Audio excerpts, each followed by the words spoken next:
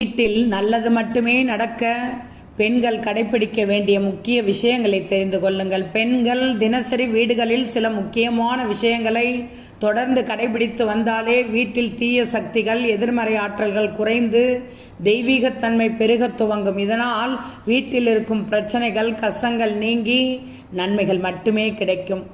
விளக்கேற்றும் முறைகள், பூஜை அறை, சமையல் அறையை பராமரிக்கும் முறை ஆகியவற்றில் எந்த மாதிரியான விஷயங்களை கடைபிடித்தால் வீட்டில் நன்மைகள் நடக்கும் என்பதை தெரிந்து கொள்ளுங்கள்.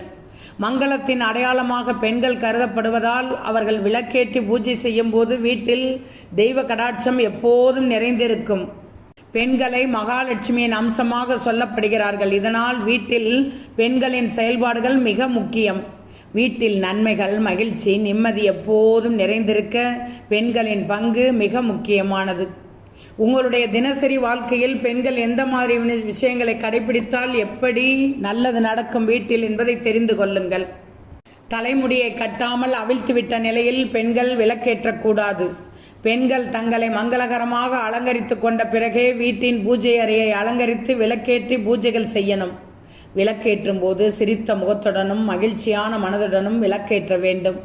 பெண்கள் என்ன மனநிலையில் விளக்கேற்றுகிறார்களோ அதே மனநிலையை வீட்டுக்குள்ளும் பிரதிபலிக்கும். கிழக்கு பார்த்து விளக்கேற்ற வேண்டும். பெண்கள் விளக்கேற்றும் போது வடக்கு பார்த்து நின்றபடி விளக்கேற்ற வேண்டும். தட்சணை, தானம் கொடுக்கும்போது, கோவில் காரியங்களுக்காக நன்கொடை ஏதாவது கொடுக்கும்போது தம்பதி சமேதரமாக நின்று கொடுக்க வேண்டும்.